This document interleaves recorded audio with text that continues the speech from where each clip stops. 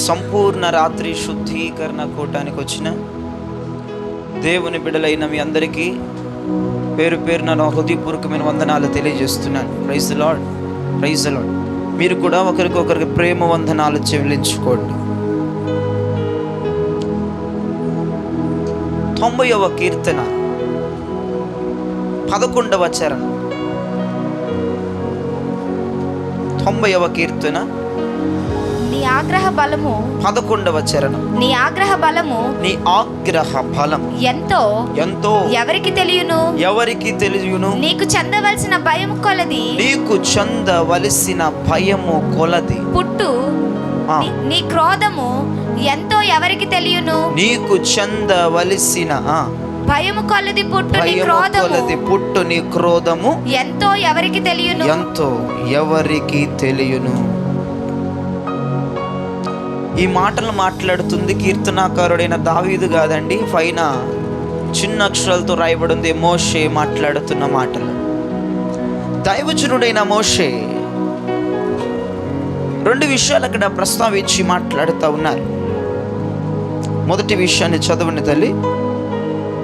నీ ఆగ్రహ బలము ఎంతో ఎవరికి తెలియను. నీ ఆగ్రహ బలము ఎంతో అది ఎవరికి తెలియను. రెండో విషయం, నీకు చెందవలసిన భయము కొలది పుట్టు నీ క్రోధము ఎంతో ఎవరికి తెలియను. నీకు చెందవలసిన భయము కొలది పుట్టు నీ క్రోధము ఎంతో ఎవరికి తెలియను.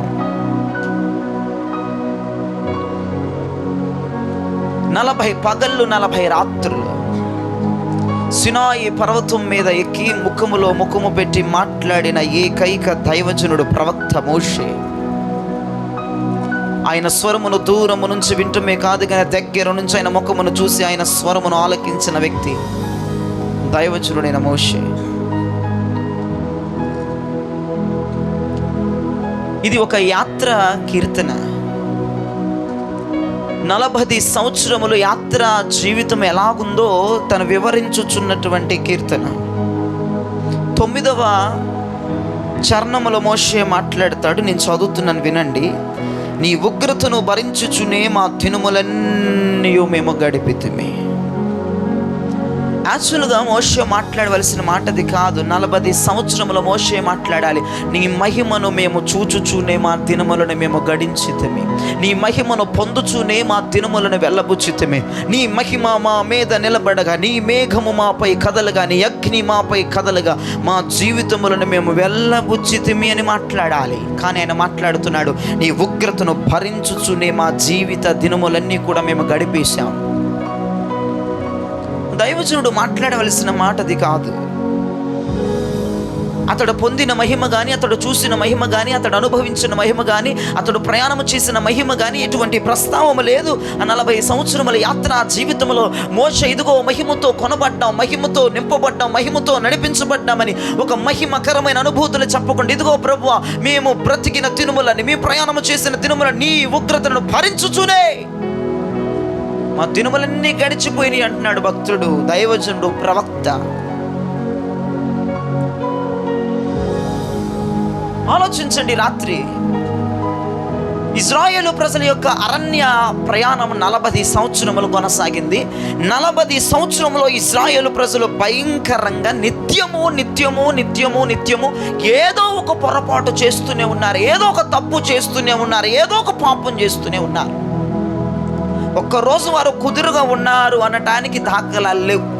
ఒకరోజు సొనుగుతారు, ఒకరోజు తిరుగుబాటు చేస్తారు, ఒకరోజు గునుగున సోది మాట్లాడుకుంటారు గుంపులు గుంపులుగా చేరి, ఒకరోజు విరోధస్తులైపోతారు, ఒకరోజు కాలికేస్తే వేలికేస్తే కాలికి మాట్లాడుతూ ఉంటారు, అడిగిన దానికి సమాధానం చెప్పరు. అటువంటి భయంకరమైనటువంటి ప్రవక్తలతో ఇశ్రాయేలు ప్రజలు ప్రతి ఒక్క రోజు ఏదో ఒక తలకాయ నొప్పి మోషే గారికి తీసుకొచ్చేవారు. ఎప్పుడైతే వారు సొనుగుతారో, ఎప్పుడైతే వారు కొనుగుతారో, ఎప్పుడైతే వారు తిరుగుబడతారో దేవుని కోపం ఇశ్రాయేలు ప్రజల మీదకి భయంకరంగా దిగి వచ్చేదట. చాలా జాగ్రత్తగా వినండి. దేవుని కోపం భయంకరంగా ఇశ్రాయేలు ప్రజల మీదకి దిగి వచ్చేది. ఈయన ఏం చేస్తాడు? భక్తుడు, ప్రవక్త, దైవజనుడు, ఆయన కోపమునకు అడ్డుపడటమే సరిపోయింది తన జీవితంలో.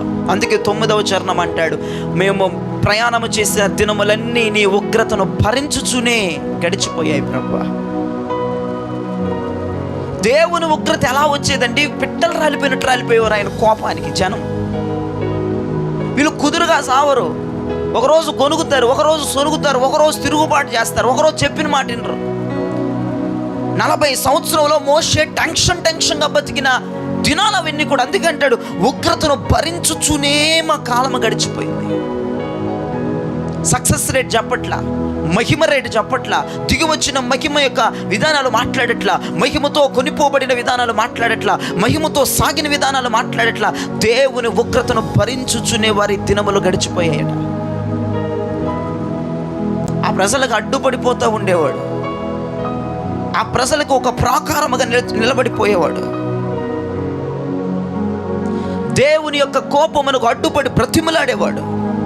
అందుకే 106వ కీర్తన 23లో మోషే గురించి సాక్ష్యం రాయబడి ఉంది, అతడు దేవుని సన్నిధిలో అడ్డుపడగలిగిన వ్యక్తి అని. ఒకసారి చదవండి 106వ కీర్తన 23వ చరణం.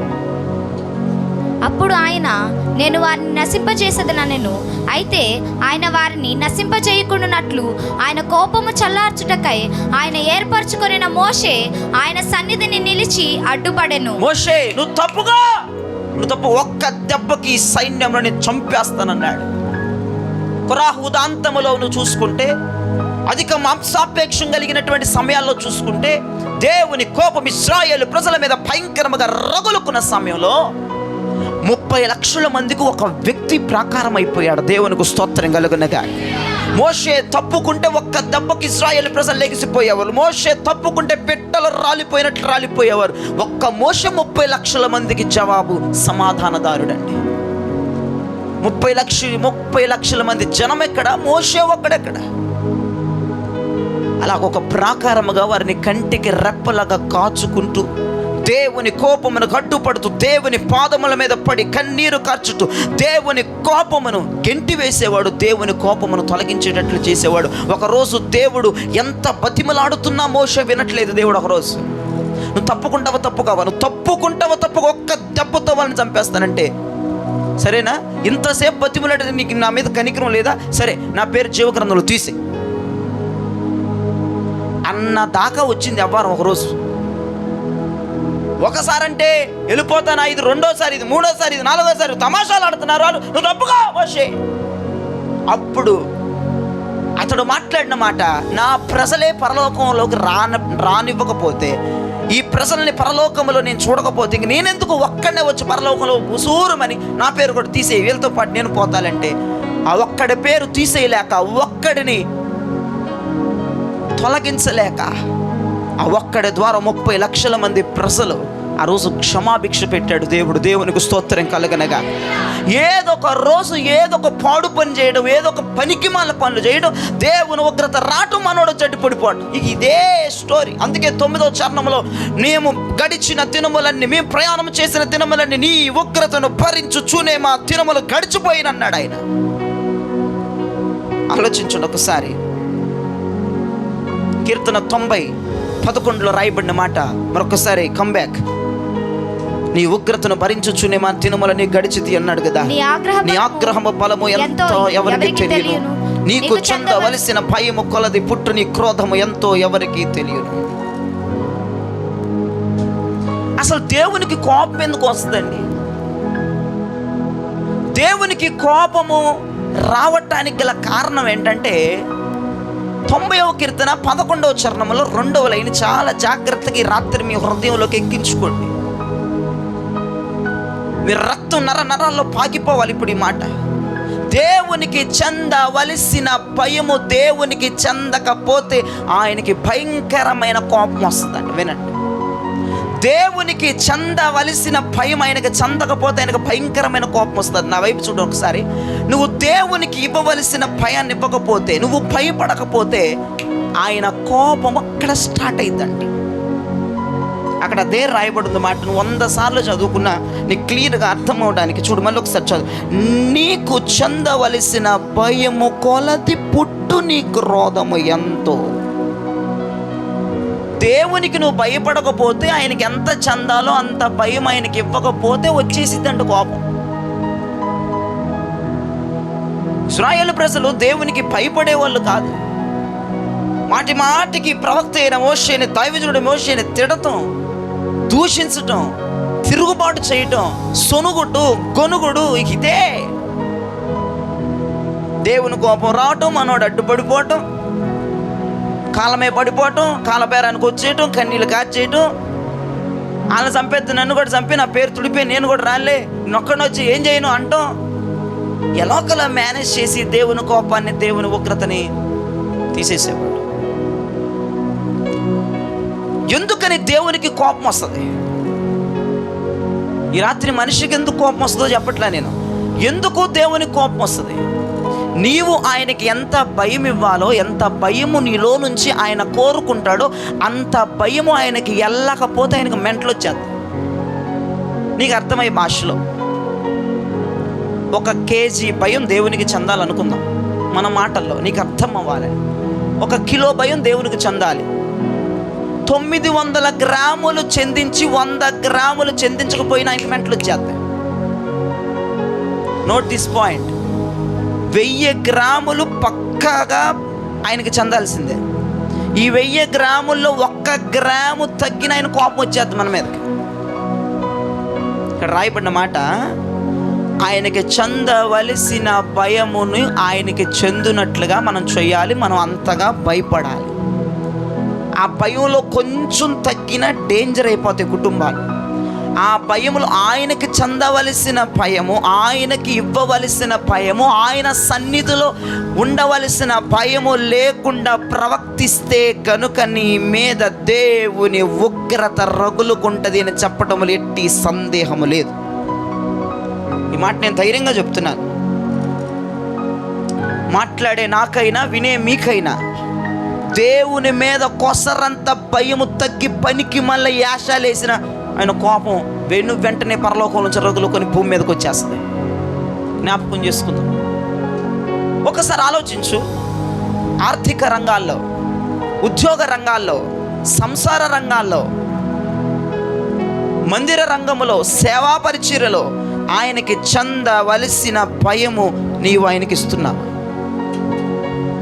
ఒక విషయం చెప్పట్లేదు నేను, మందిరం విషయంలోనే భయంగా ఉండండి, సేవ విషయంలోనే భయంగా చెప్పట్లేదు. నీ బయట పర్సనల్ లైఫ్లో, వ్యక్తిగత జీవితంలో, ప్రైవేట్ లైఫ్లో, ఉద్యోగం లైఫ్లో, వర్క్ చేసే దగ్గర, సొంత పనులు చేసే దగ్గర, సొంత వ్యాపారాలు చేసే దగ్గర, నోటి మాట విషయాల్లో, చూపుల విషయాల్లో, ఆలోచన విషయంలో ఆయనకి చెందవలసిన భయము చెందునట్లుగా ఉన్నావా? లేకపోతే అందుకే రా బాబు నీ మీద మెంటలు వచ్చేది యేసుప్రభుకి. నీ మీద మెంటలు వచ్చేది ఎందుకంటే ఆయనకి చెందాల్సింది 1000 గ్రాములు అయితే నువ్వు 900 గ్రాములు, 600 గ్రాములు, 500 గ్రాములు భయం పెట్టుకొని మిగతా గ్రాములన్నీ తీసిపడేసి ఏం కాదులే అనుకుంటే సోగుపోతున్నావు. కాబట్టి ఆయనకి మెంటలు వచ్చేస్తుంది, దైవజనుడికి బీపీ పెరిగిపోతుంది. ఆయనకి చెందవలసింది ఆయనకి చెందిస్తే ఏ గోళ ఉండదు కదా, ఏ మెంటలు ఉండదు కదా, ఏ బీపీ షుగర్లు పెరగాల్సిన అవసరం లేదు కదా. భక్తుడు అదే అంటాడు, ఇశ్రాయేలు ప్రజలు త్రోవ తప్పి దేవునికి చెందవలసిన భయము ఆయనకి ఇవ్వకుండా పనికి మన సొనుగుళ్ళు, పనికి మన వాగుళ్ళు, దైవజనుడి మీద రివర్స్ అయిపోవటాలు, ఆయన మాట వినకపోవటాలు, గందరగోళాలు చేయటాలు, దేవుని కోపం అట్ట సర్రం దిగొచ్చేసేదంట భూమి మీద. మోషే లేకపోతే ఆ ప్రయాణం ఎక్కడది? మోషే లేకపోతే ఆ యాత్ర సంతోషంగా ఉత్సాహంగా సాగేదా? పెట్టలు రాలిపోయినట్లు అరణ్యంలో రాలిపోయేవాళ్ళ జనం. ఆలోచించండి ఒకసారి. ఇర్మియా 5:22 ఒకసారి తెరిచి చదవండి. 2వ కీర్తన 11 ఒకసారి తెరిచి చదవండి. 2 విషయాలు. ఇర్మియా 5:22, 2వ కీర్తన 11. సముద్రము దాటలేకుండునట్లును, సముద్రము దాటలేకుండునట్లును, దాని తరంగములు ఎంత పొర్లినను, తన తరంగములు ఎంత పొర్లిలను, అవి ప్రబల లేకయు, ఎంత ఘోషించినను దాని దాటలేకయు ఉండునట్లును, నిత్య నిర్ణయము చేత దాని ఇసుకను సరిహద్దుగా నియమించిన నాకు మీరు భయపడరా? నా సన్నిధిని వణకరా? చాలు నా సన్నిధిని వణకరా. కీర్తనలు 11 భయభక్తులు కలిగి ఆ. యెహోవాను సేవించుడి, ఆ. గడగడ వణుకుచు సంతోషించుడి. ఎలా వనకాలంటే వైపు గడ్డ వణికిపోవాలంటే చర్చికి వచ్చేటప్పుడు ఇక పనికి మళ్ళీ ఆశలు వేయడం కాదు, కాలర్ లేక వేసుకుని తిరగటం కాదు, సోకులు పోవటం కాదు. గడగడ వణికిపోవాలంటే యెహోవా సన్నిధిలో భయభక్తులు కలిగి గడ్డ వణికిపోయి సంతోషించాలంట. సముద్రము పొంగి పొరలకుండా ఇసువు రేణులు వేసి ఆపిన దేవునికి మీరు భయపడరా, మీరు వనకరాని వాక్యం సెలవిస్తుంది.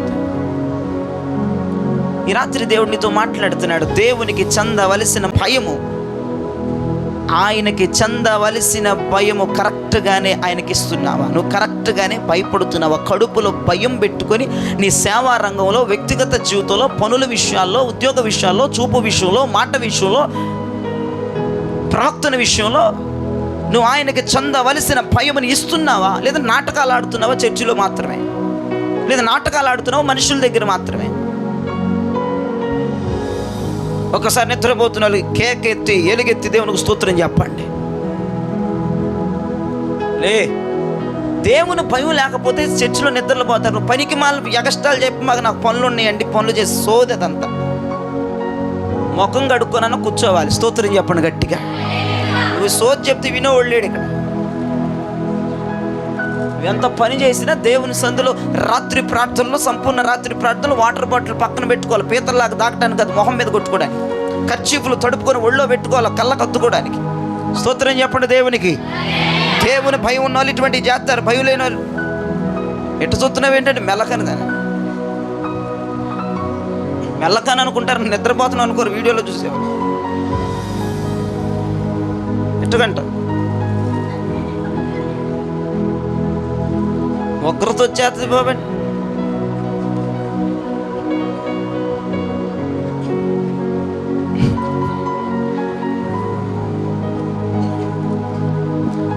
పాపం బిడ్డలు మందులైపోయారు. దేవుని ప్రేమను అనుభవించే క్రమంలో దేవుని కోపాన్ని మర్చిపోయారు బిడ్డలు.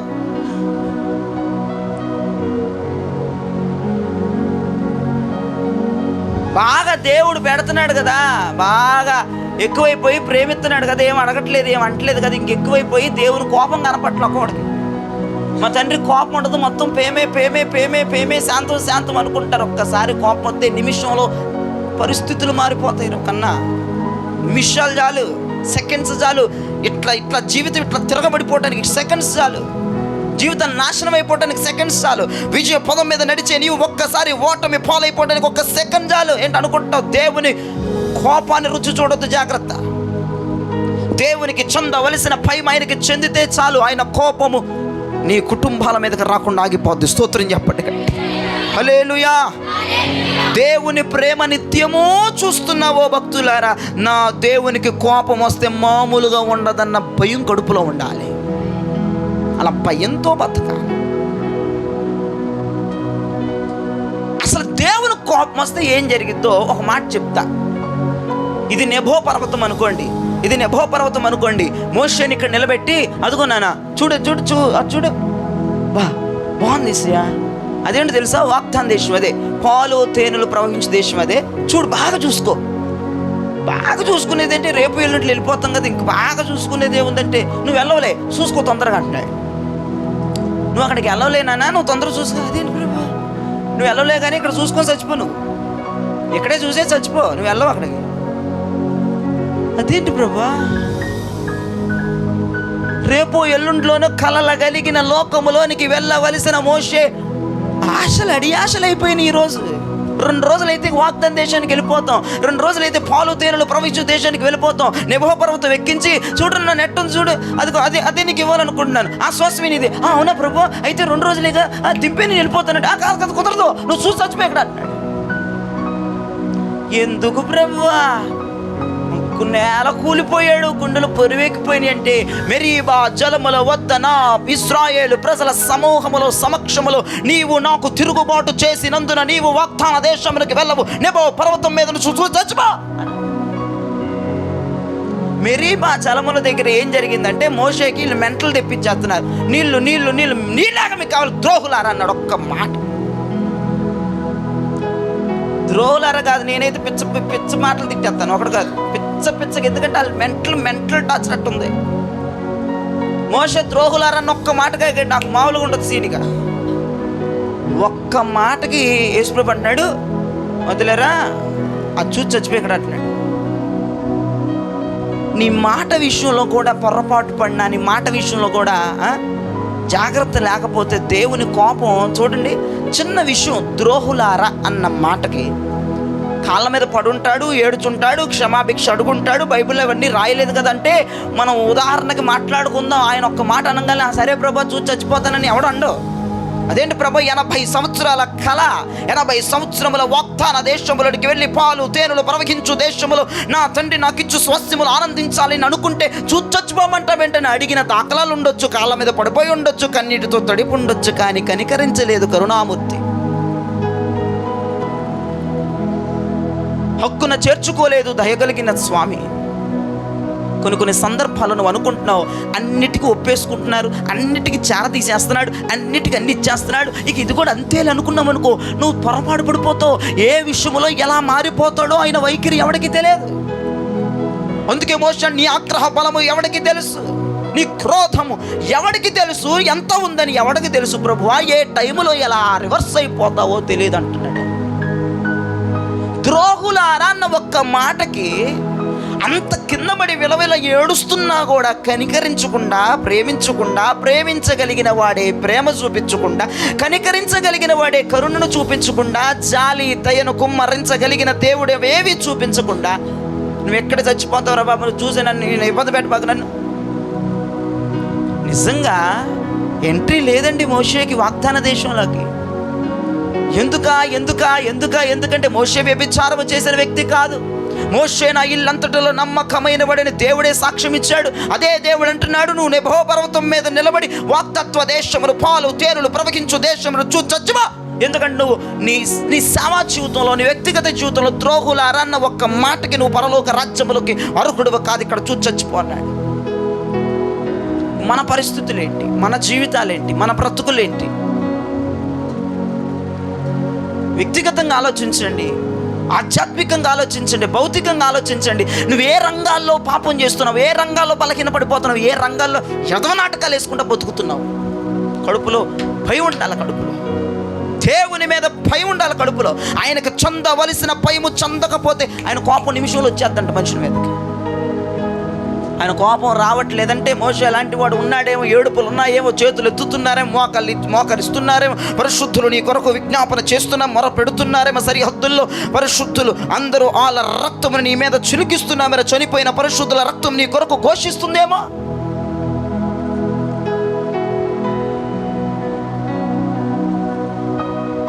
ఇంత భయం లేకుండా తయారైపోయారు ఒక్కొక్కటి, నాకు అర్థం కాదు.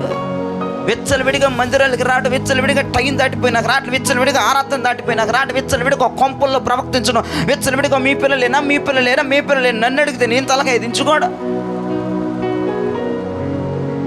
ఎంత దౌర్భాగ్యులైనా, ఎంత విధి విధానాల్లో ఉన్నా మా పిల్లలేని చెప్పాలి, తప్పదు. కాదండి అంటే కాకుండా పోరు. వాళ్ళు ఎవరో నాకు తెలియదండి అంటే వాళ్ళు మన పిల్లలు కాకుండా పోతారా, వాళ్ళు మన కొంపకు రాకుండా పోతారా, మరలా మన హక్కుకు చేరకుండా పోతారా? కాదండి అని ఒక మాట అంటే మళ్ళీ గంటలో నీకే దయ కరుణ పుట్టి మళ్ళీ చేర్చుకుంటా నువ్వు పోతావు. దేవుని భయం లేకుండా బ్రతుకుతున్నారని పరిశుద్ధాత్మ దేవుడు నీ హృదయలోకి తొంగి చూసి మాట్లాడుతున్నాడు. పైన కనపడేది అబద్ధమేమో, లోపలదే నిజమేమో ప్రభు మాట్లాడుతున్నాడు. సరి చేసుకు, ఈ రాత్రి కవర్ చేసుకోవడానికి డిగ్నిటీగా కూర్చొని ఓవర్ యాక్షన్ చేయబాక. ఎక్కడ ఏ రంగంలో సరి చేసుకోవాలో సరి చేసుకో. సేవ జీవితంలో, పరిచర్య జీవితంలో, మందిరం జీవితంలో, పర్సనల్ లైఫ్లో, వ్యక్తిగత లైఫ్లో, ఒంటరిగా ఉన్న లైఫ్లో ఎక్కడ ఏ తప్పు జరుగుతుంది, దేవుడికి చెందవలసిన భయం ఎక్కడ చెందకుండా మిస్యూజ్ చేసుకున్నావు, దేవుని కోపం రగులుకుంటా జాగ్రత్త. తమాషాలు ఆటలు ఆడితే నేను చెప్తున్నాను కదా, జీవితాలు నిమిషంలో మారిపోవచ్చు. ఇప్పుడంతా బాగానే ఉందిగా, హ్యాపీగా ఉందిగా, ఆరోగ్యం ఉందిగా, డబ్బులు వస్తున్నాయిగా, పిల్లలు బాగానే ఉన్నారా, కుటుంబం బాగానే ఉందిగా, ఏమో ఎవరికి తెలుసు, ఒక్కొక్క క్షణం ఒక్కొక్క గడువులాగా అయిపోతే, ఒక్కొక్క క్షణం ఒక్కొక్క లాగుంటుంది. ఆయన కోపం గనక ఇక సహించలేనని ఒక్కసారి దిగొచ్చాడంటే జీవితాలు రూపురేఖలు లేకుండా మారిపోతే. నేను శపించట్ల, వాక్యం చెప్తున్నాను, జాగ్రత్తగా వినండి. ఇది నేను చెప్పకపోతే నేను దేవునికి నేను లెక్కప్ప చెప్పుకోవాలి. ప్రభువు నన్ను సిద్ధపరిచి పరిశుద్ధాత్మ నా హృదయమును ప్రేరేపించి పంపాడు గనక ఎవరో ఎక్కడో జారిపోతున్నాడు. కొంతమంది మనుషులకు కనపడేటట్లు తప్పులు చేస్తున్నారు. దౌర్భాగ్యం. దేవుని కోపం ఇప్పుడే రగులుకుంది. నీ కోపమును కట్టుపడుతున్నారు ఒకరు, నీ కోపమునకు చేతులు ఎత్తుతున్నారు, నీ కోపం మనకు తిండి తిప్పులు మానివేసి, నిద్రహారాలు మానివేసి, అభిషేకములు తేలియాడుతున్నారు. రబడుతాయి. ఇప్పుడు కన్నా మారండి, ఇప్పుడు కన్నా మారు మనసు పొందండి. దేవునికి చెందవలసిన భయముని కడుపులో లేదు, దేవునికి ఇవ్వాల్సిన భయముని ఇవ్వట్లేదు.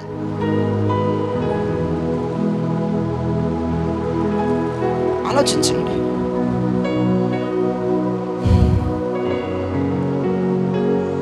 మోషే అట్లా ఆగిపోయాడు. ద్రోహులారన్న ఒక్క మాటకి అంతెందుకు, మోషే అన్నయ్య, మోషే అక్క, అక్కడ గొడవ, చిన్న గొడవ. ఇప్పుడు కుటుంబం అనగా అక్క చెల్లెళ్ళు అన్నదమ్ములు తన్నుకుంటారు, గొడవ పడతారు, దానికి పెద్ద బేభత్సం యేసు ప్రభు చేయాలా? అక్కడ బేభత్సమే చేశాడు. మరి ఇంత చిన్నదానికి అంత ఇది పెద్ద విధానమా? మరి అదే మరి దేవునితో ఎప్పుడు ఎట్టాగుండుతో తెలియదు నాన్న. కొంచెం భయభక్తులు కలిగి కొంచెం ఆయన సన్నిధికి వచ్చినప్పుడు గడ్డ వనకాలంటే వాక్యం చెప్తుంది, నేను కాదు, గడ వణిగిపోవాలంట. ఏదో ఫ్యామిలీ మ్యాటర్, ఏదో ఫ్యామిలీ ఇష్యూ, ఏదో అక్క తమ్ముడు ఏదో సరదాగా మాట అన్నారు, యేసు ప్రభు దిగొచ్చేసాడు కిందకి. మిరియాం రండి, ద్వారం దగ్గరికి ప్రత్యక్షపు గుడారం యొక్క ద్వారము వాకిట వచ్చి నిలబడండి. ఎవరండి? అహరోను.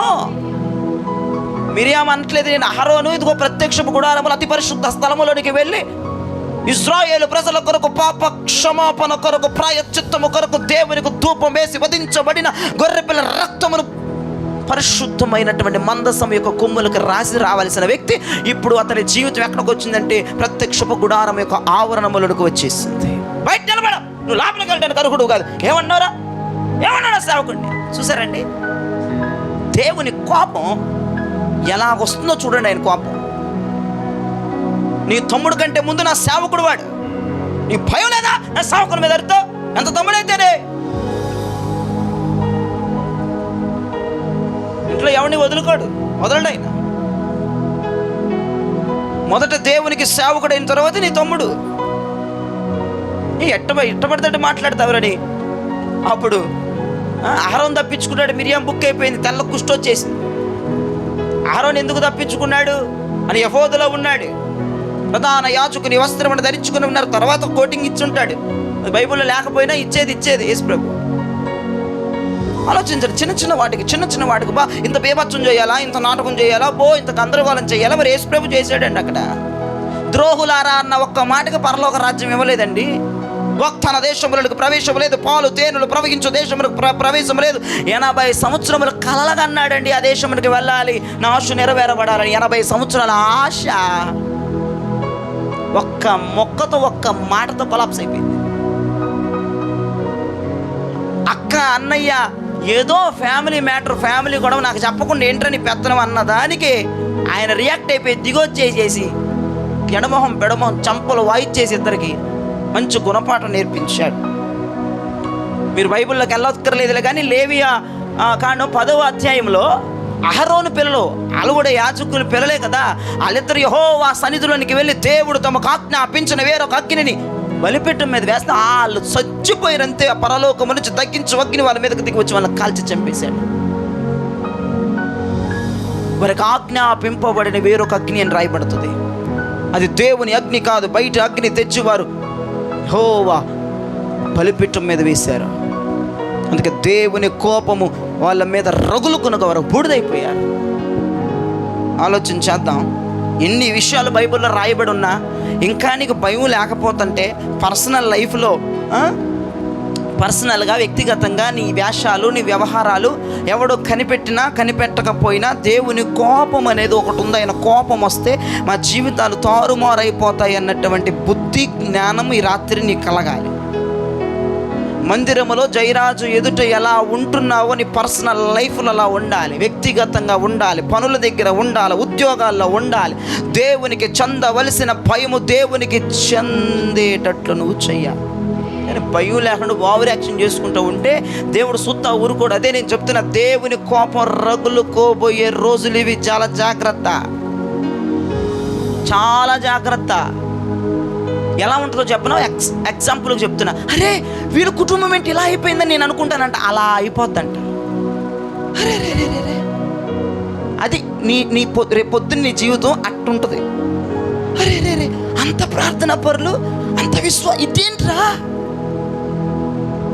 ప్రార్థనా పరులే మా కళ్ళ ముందు సోసి. ప్రార్థనా పరులు, పరిశుద్ధులు, విశ్వాసులే ఇక్కడికి వస్తే. ఇళ్ళకి వెళ్తే పిచాచి ఆత్మ బయటపడిపోయి, పనులకి వెళ్తే పిచాచి ఆత్మ బయటపడి, ఫోన్లు పట్టుకుంటే రోతాత్మల మీద పడిపోయి, ఎవడక తెలుసు.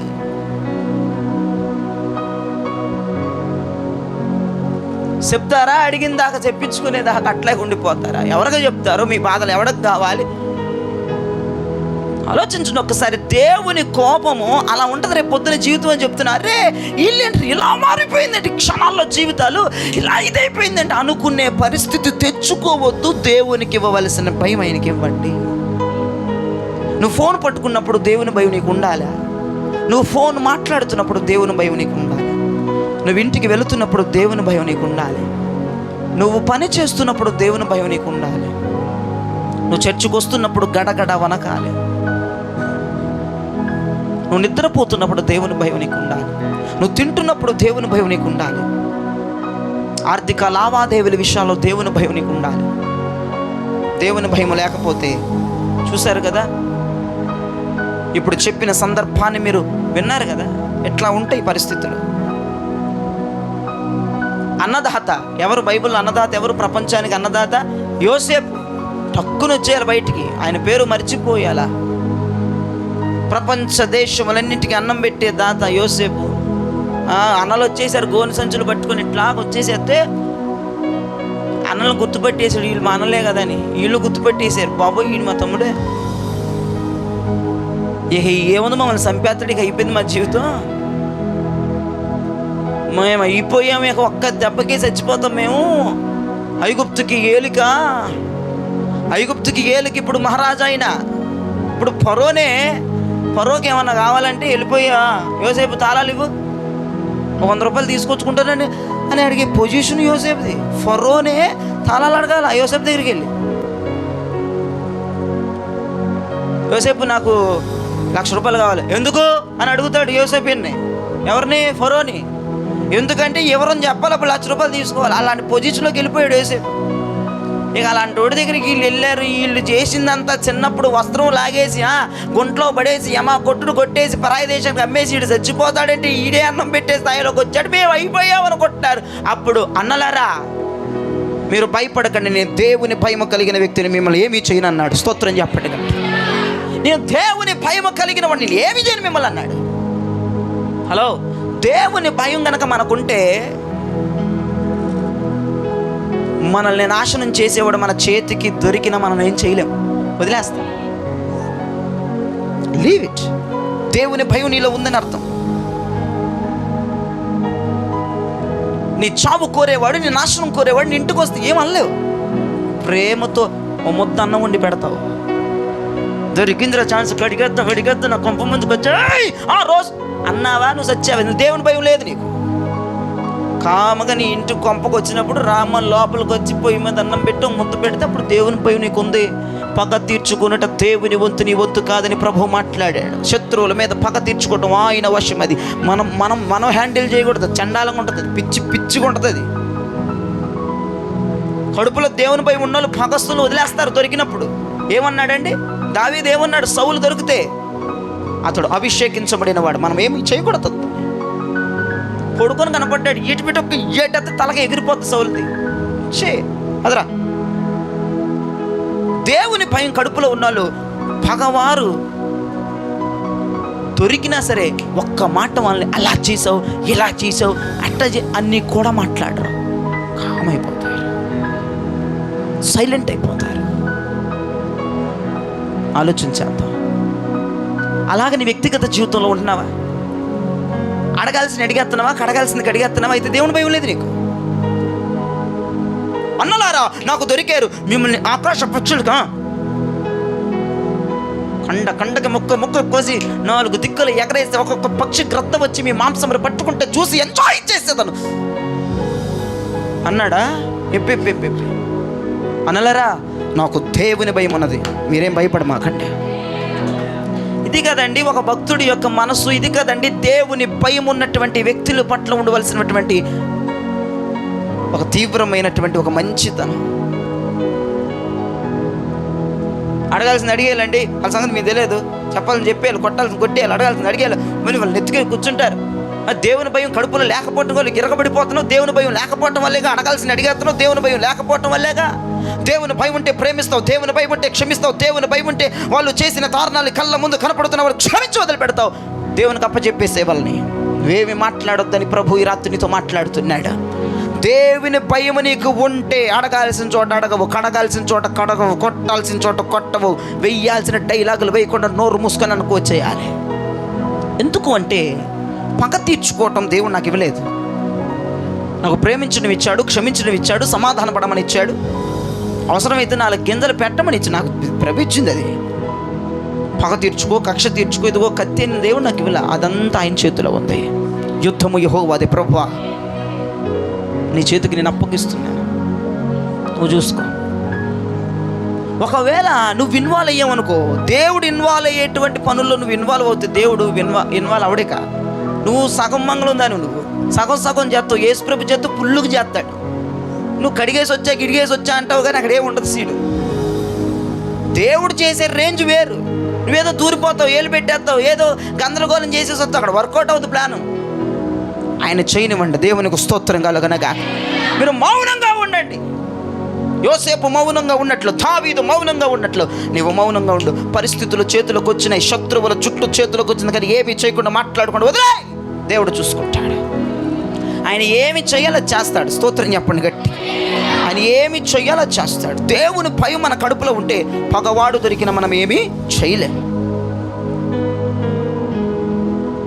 దేవుని భయం మన కడుపులో ఉంటే పగవాడు మన కళ్ళ ముందుకు వచ్చిన, మన గుమ్మంలోనికి వచ్చిన, సహాయానికి వచ్చిన అది గది చూడరు అడిగేసి 100 రూపాయలు ఎత్తే సుఖం.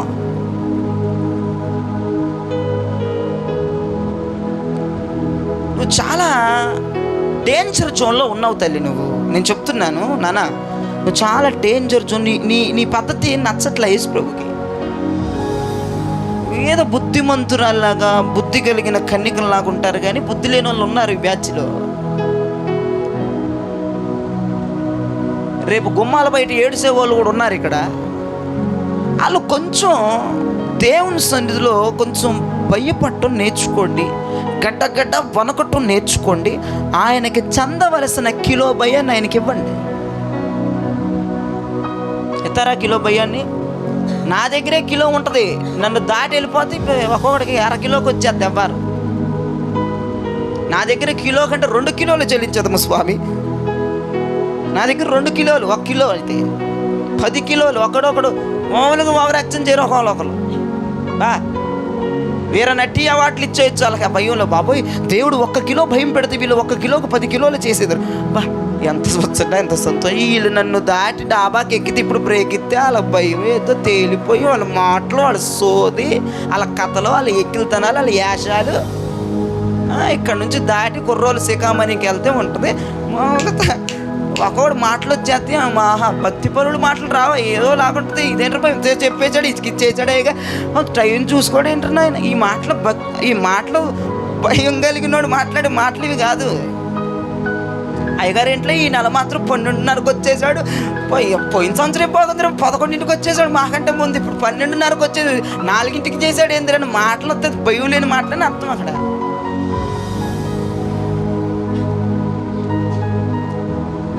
ఆయన 4 చేశాడు కనుక నీ ఉదయం 11 చేస్తాను.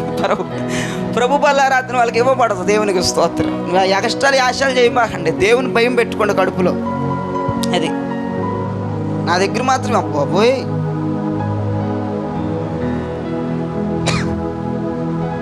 దైవజనుడితే చులకన భావం ఉండకూడదండి. చులకన భావం అసలు ఉండకూడదు. ఆయనకు చెందవలసిన భయం ఆయనకు చెందేట్లుగా మనము ఉండాలి. దైవజనుడి దగ్గర భయపడాలి. దైవజనుడు దాటి వెళ్ళాక భయపడాలి. ఈ మందిర ఆవరణం విడిచి వెళ్ళిన తర్వాత చాలా భయంతో ఉండాలి.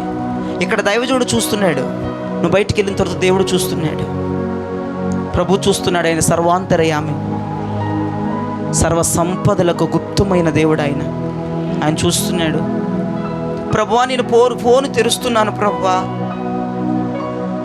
నేను ఇప్పుడు ఫోన్ తెరవాలా, ఫోన్లో మమ్మల్తో మాట్లాడాలా. చెడు మాట్లాడకుండా నీ కృప నాకు అడ్డుపడును గాక, నీ ఆత్మ నన్ను రేపును గాక.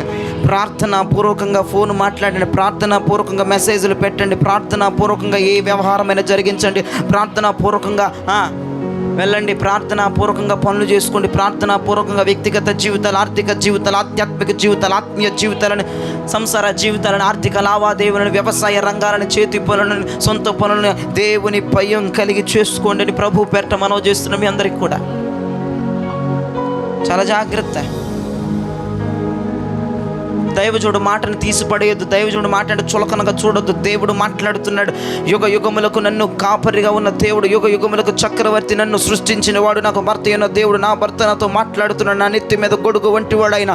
రేపటి రోజున ఆయన ధవల వర్ణ సింహాసనం పక్కన కూర్చొని వేవేల దూతలతో, ఇదిగో మేము మీ విహార యాత్ర చేయాలి, ప్రేమ విందులో నేను పాలు భాగస్తులు అవ్వాలి, నేను ఇక్కడ చెందిన దాన్ని కదా అక్కడ చెందిన దాన్ని, రేపు ఆయన ముందులో ముఖం చూపించుకోవాలి. ఇక్కడ చెందిన దాని అయితే ఆ యాశాలు ఎన్నన్నీ ఇవ్వచ్చు, మనం అక్కడికి వెళ్ళిపోవాలి. కాబట్టి ఆయన ముందు ముఖము తేటగా చూపబడినట్లుగా, ఆయన ముఖములో ముఖము పెట్టినట్లుగా, ఆయనతో ముచ్చటించినట్లుగా, ఆయనతో సరదాగా మాట్లాడుతున్నట్లుగా, ఆయన ప్రక్కన వధువుగా, భార్యగా, భావురముగా, నిష్కలంకురాలుగా, సఖీగా, ప్రాణేశ్వరిగా, రాజకుమార పుత్రికగా ఉండడానికి మనం ఇక్కడే ఆయన మీద భయం కలిగి ఉండాలి. ప్రభువుడు ఏమంటలా, నాకు ఇవ్వవలసిన భయం నాకు ఇవ్వండిరా, నాకు చెందవలసిన భయం నాకు చెందేటట్టు చూడండి, నాకు లేత కోపం వచ్చేద్ది. నీలో భయం ఎంత తగ్గితే దేవుని కోపం అంత వచ్చేద్ది. ఏమండి, ఎందుకంటే దేవుడు ఇంత కోపం ఉన్నాడంటే అంత భయం తగ్గిపోయింది నీలో. ఎంత భయం తగ్గితే అంత కోపం పెరిగిద్ది, ఎంత భయం పెరిగితే అంత కోపం తగ్గిపోద్ది. ఈరోజు ట్రై చేయండి, భయం పెంచుకోవడానికి ట్రై చేయండి. ఒంటరిగా ఉన్నప్పుడు, ఆలోచిస్తున్నప్పుడు, గదుల్లో ఉన్నప్పుడు, పనుల్లో ఉన్నప్పుడు ఆ భయాన్ని మెయింటైన్ చేయండి. కడుపులో భయాన్ని మెయింటైన్ చేయండి. మేము దేవుని బిడ్డలమని మర్చిపోవద్దు. ఎక్కడికి పోయినా మా సహవాసం వేరు, మా పద్ధతులు వేరు, మా మాట తీరులు వేరు, మా క్రమాలు వేరు అనే విషయాన్ని మర్చిపోకుండా ఉంటే నీలో భయం ఆటోమేటిక్గా లెవెల్ అలాగే ఉంటుంది. స్తోత్రం కలుగును గాక. నువ్వు దేవుడు బిడ్డవని మర్చిపోయిన వేళ, నువ్వు వచ్చే సంఘం మర్చిపోయిన వేళ, నీ దాసుడిని మర్చిపోయిన వేళ, ప్రసంగాలు మర్చిపోయిన వేళ, ఇక నీకు భయం ఉండదు. ఎందుకంటే అక్కడ మర్చిపోతావు. శుక్రవారం ఆదివారం వద్దా నేను చర్చిని వచ్చే పోదు ఇది కదా, నేను నిన్నే పోదు ఇది కదా, మా పాస్టర్ గారు ఇది కదా, మా క్రమాలు ఇది కదా, ఇక్కడికి వస్తే గుర్తొస్తాయి. రోడ్ల మీద పోతే గుర్తులేవు ఒకడికి. పర్సనల్ లైఫ్లో గుర్తులేవు ఇవన్నీ. శుక్రవారం ఆదివారం అబ్బా అమ్మ గుర్తొచ్చేది. చర్చి క్రమాలు, చర్చి పాస్టరు, వాక్యం, మేము ఇదండి శుక్రవారం ఆదివారమే, తర్వాత ఏముండదు. దేవుని భయం కలిగిన వాళ్ళు పాపం చేయరు. స్తోత్రం చెప్పండి గట్టిగా.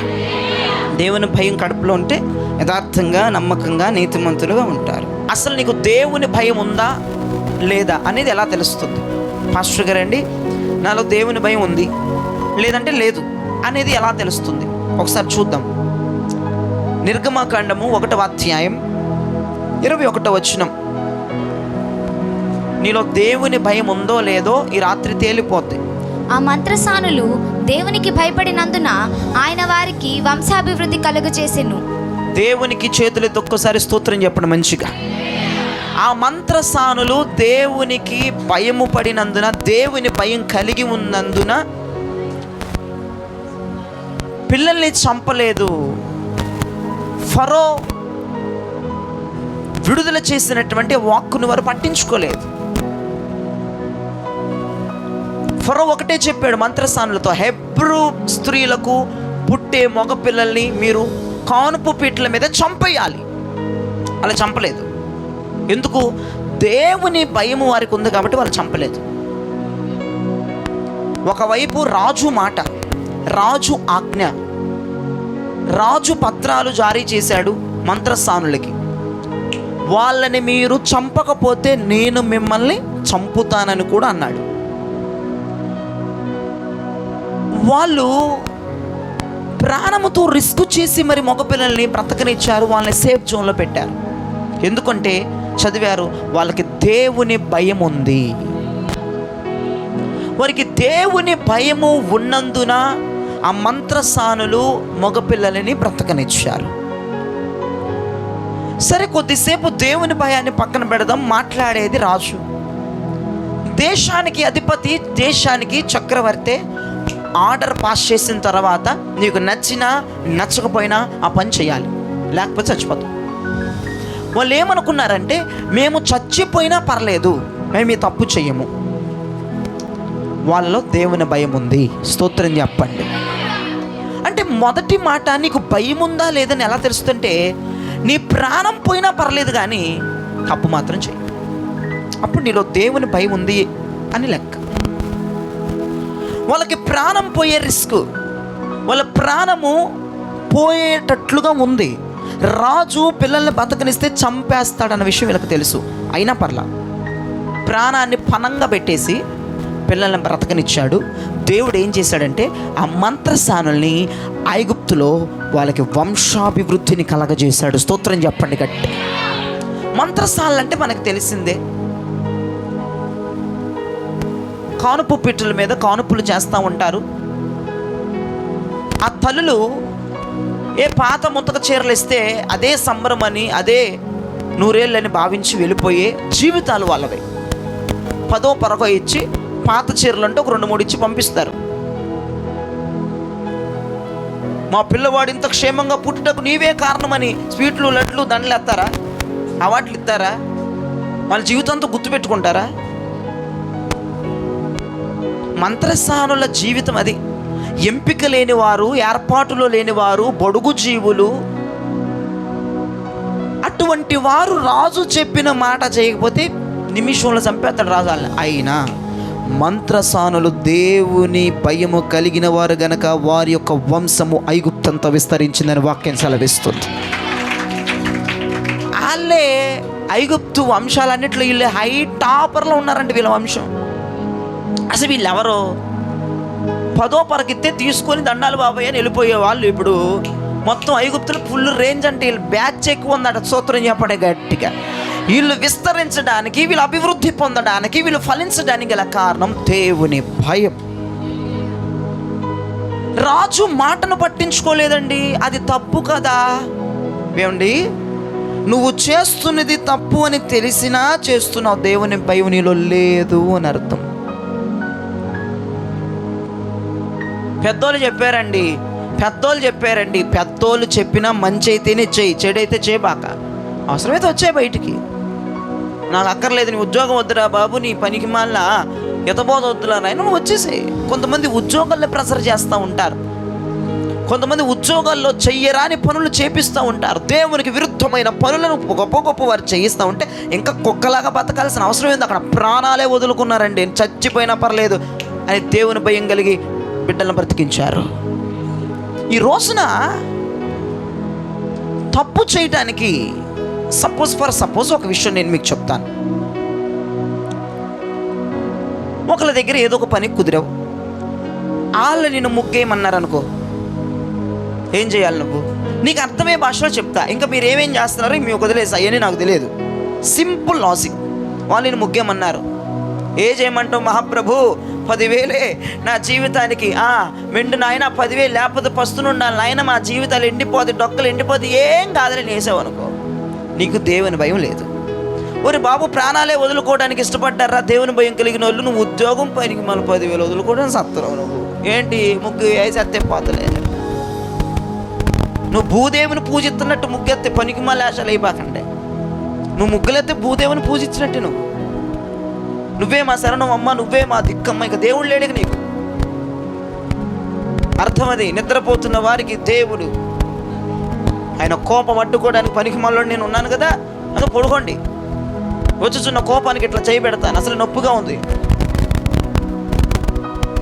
భయం పెట్టుకో కడుపులో. మరి బయటికి వెళ్ళి ఏం చేసి వచ్చావు? మొహం కడుక్కోవాలి కదా నీళ్ళతో. మళ్ళీ శుభ్రంగా పడుకోవడానికి వెళ్ళిపోయి వచ్చేసావు తిరిగేసి.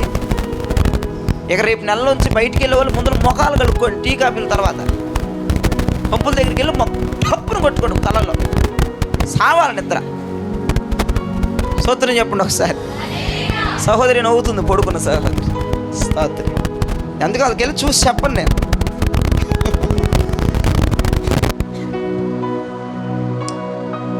చిన్న ముగ్గేట నాకు చాలామంది అయ్యగారండి మాకు దిక్కు అదేనండి, మా ఆధారం అదేనండి, మా పోషణ అదేనండి, ఇక మేము దాన్ని వదులుకుంటే మా జీవితాలు రోడ్డు ఎక్కుతాయండి, వల్ల కాదండి, ఏదో మేనేజ్ చేస్తున్నామండి, ఏదో ఇక మరి తప్పదు కదండి. ఒక ఆమె జాబ్లో చేరింది, అంటే బేకరీలో ఒక ఆవిడ చేరింది. ముందలే మాట్లాడుకుందట వాళ్ళు అన్యులు, నువ్వేం చేయొద్దులే ముందర చేరమ్మా, మాకు అర్జెంట్ అని చేరింది. వెళ్ళిన 10 రోజులకి 2 అగరబొత్తులు చేతిలో పెడుతున్నాడు రోజు ఆయన. నువ్వేం చేయొద్దు, నువ్వు అట్లా పట్టుకో, నేను వెలిగిస్తాను, తీసుకెళ్ళి అక్కడ పెట్టు.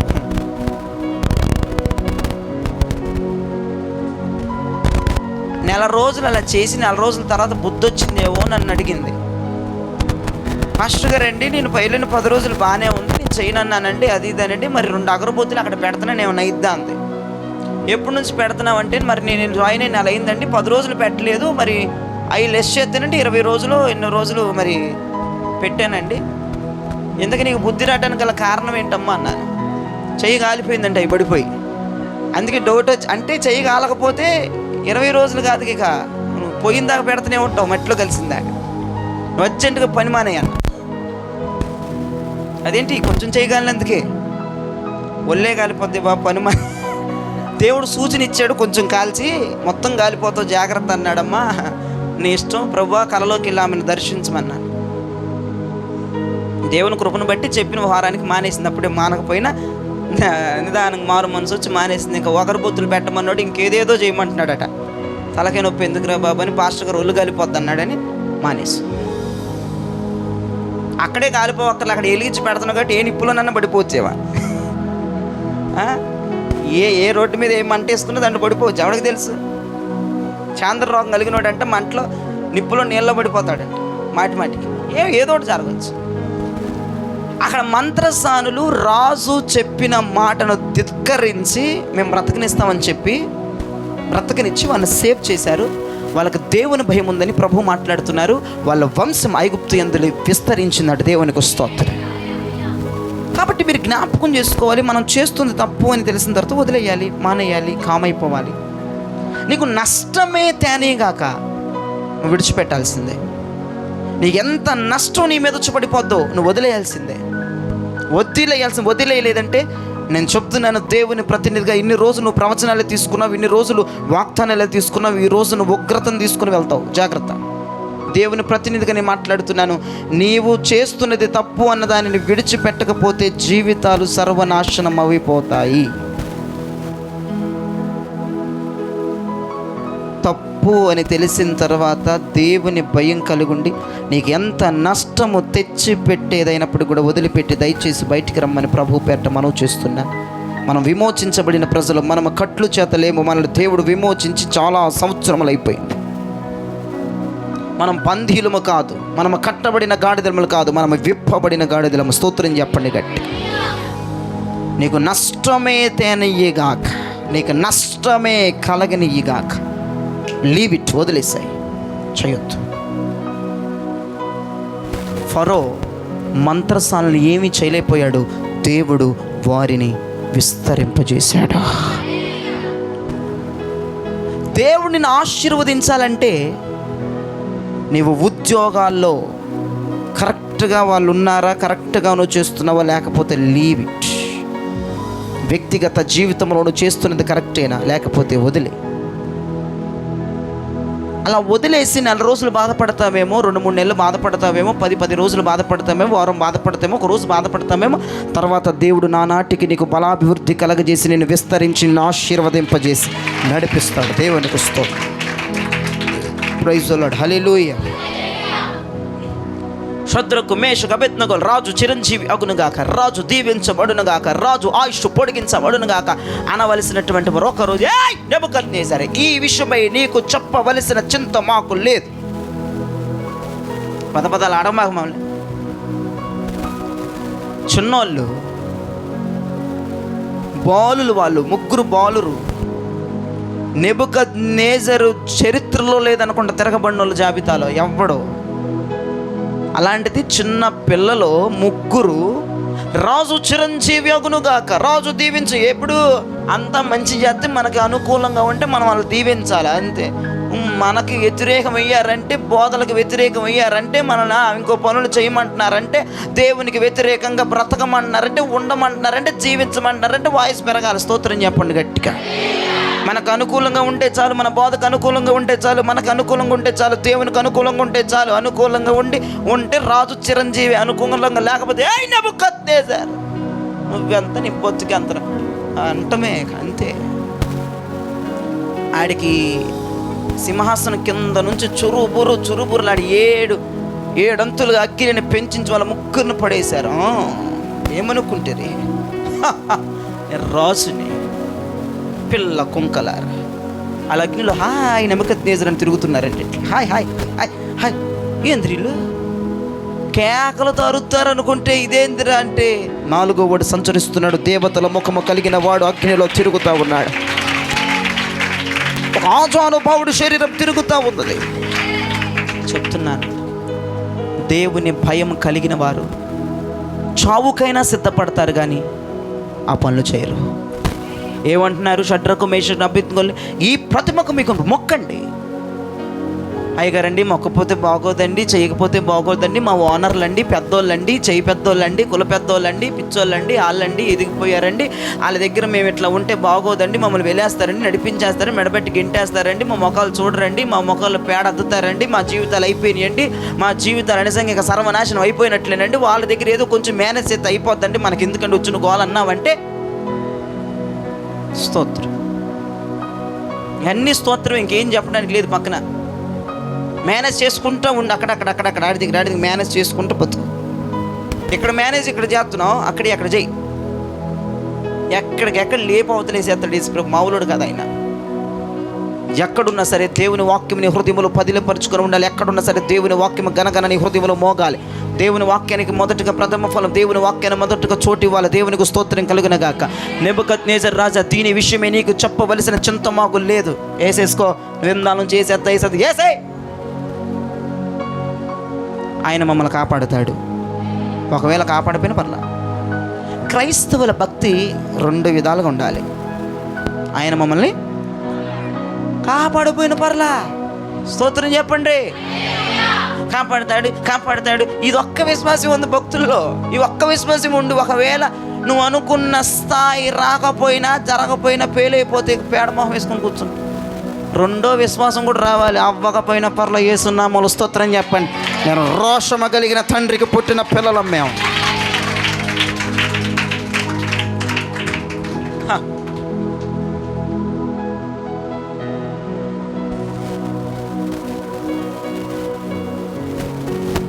విశ్వాసం ఎప్పుడు మనలో 2 విధాలుగా ఉండాలి.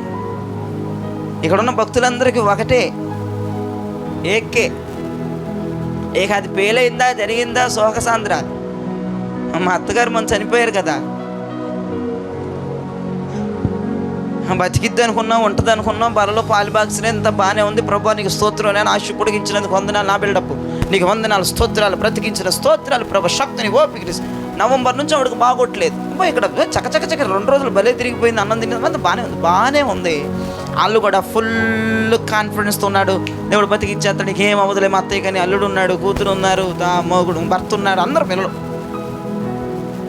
కానీ నాది 2 సైడ్ల విశ్వాసం. అట్ట అయిపోయింది 2. సమాధుల తోటకి వెళ్ళినప్పుడు మా అన్నయ్య నన్ను పట్టుకుని ఏంటి ఎట్ట అయిపోయిందని అడిగాడు.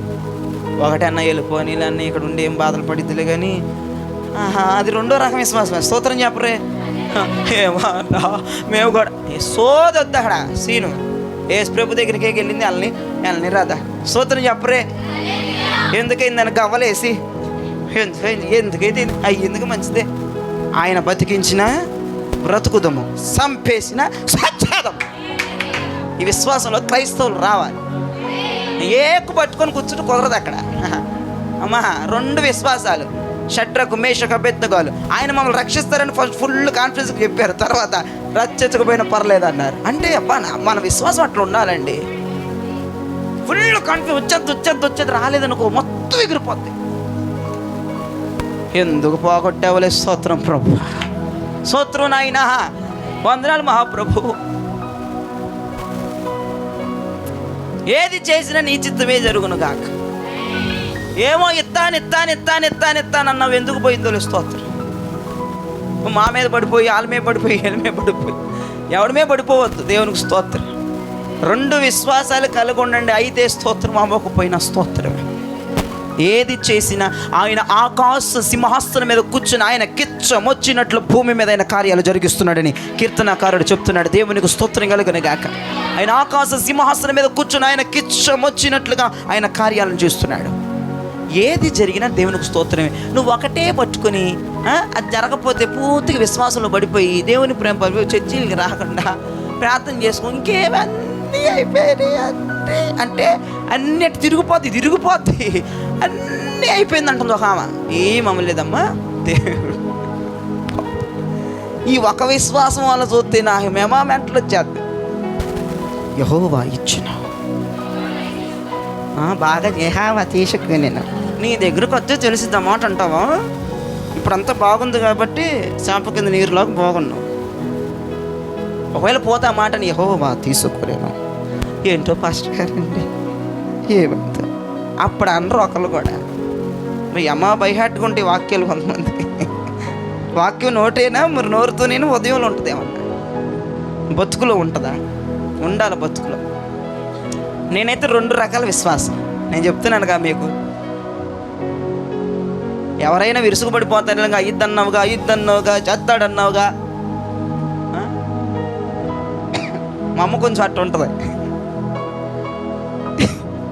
ఆమె ఒక రకం, 2 రకాలు. ఇట్లాంటి వాడిని ఏమంటారు తెలుసా? అట్టయితే అట్ట, ఇట్టయితే ఇట్ట ఎట్టారా. మరి ఎట్టయినా దేవుడు తన కిచ్చం వచ్చినట్లు చేస్తున్నారు. చేయనిరా బాబు. అది నువ్వే చెప్పావుగా దేవుడు చేస్తాడని. ఇప్పుడు నేనే చెప్తాను బతుకుతావు. మరి ఏంటి, నువ్వు చచ్చిపోతావు చెప్పింది ప్రవక్తే, నువ్వు బతుకుతా అని చెప్పింది ఆయన ఇష్టం. ఆయన నీకు నువ్వు ఎవడు అసలు ఆయనకి ప్రశ్నించడానికి? అది కాదు, అయ్యగారు మొక్కల మీద కూర్చొని ప్రవచించారు, ఆ ప్రవచనం జరగలేదు ప్రభు. ఎందుకు జరగలేదు ప్రభు? స్తోత్రం. ఇంకో ద్వారం ఏమో తెరవబోతున్నామేమో, లాకర్లు తెరవబోతున్నామేమో, అద్భుతం రాబోతుందేమో, కృప జరగబోతుందేమో, ఏదో అట్లా అనుకొని రావచ్చు కదా. ఏ పాటి కాబట్టి ఎక్కడ పడితే అక్కడే వదిలేసిపోవటమే. నా సంఘంలో నేను కోరుకుంటుంది ఏంటంటే, నా పిల్లలకు ఉండవలసిన పద్ధతి 2 రకాల విశ్వాసం పిల్లలకు ఉండాలి. దేవుడు చెప్పిందైనా ఒకవేళ మిస్ అయిపోతే స్తోత్రం అని చెప్పి పిల్లలు లెగవాలి. అటువంటి భక్తిలోకి వస్తే మామూలుగా double portion anointing, double portion miracles మన కోసమే దేవుడు అట్టి పెట్టుంచాడు. స్తోత్రం చెప్పండి గట్టి.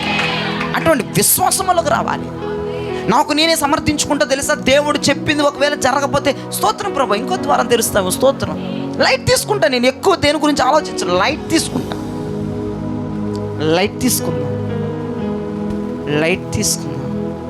లైట్ వేసుకుందాం కదా, లైట్ తీసుకుందాం అంటే పరిస్థితులు ఆయనకి ఇష్టం వచ్చినట్టు చేస్తున్నాడు. ఆయన ముందు నిలబడి అడగగలిగినోడు ఎవడ దమ్ము ధైర్యం అంటే ఎప్పుడో బాగుపడేవాళ్ళం. మనం అడగకూడదు. ఆయన ప్రభు, ఆయనకు నచ్చింది చేస్తాడు, నచ్చింది ఇస్తాడు. నోరు మూసుకొని ఉండాలి అంతే. No questions. సంగములతో ఆత్మ చెప్పుచున్న మాట చెవి కలుగుని వాడు వినునగా. అంతేక వెంటనే బ్రతుకుతామన్నావు, విన్నావు, చచ్చిపోయింది అది కూడా. ఏమైనా ఇంటనే రియాక్షన్ ఉండకూడదు. అక్కడ సీను అబ్రహాము ఆయన మాట్లాడిన మాటను విని బయలుదేరారు.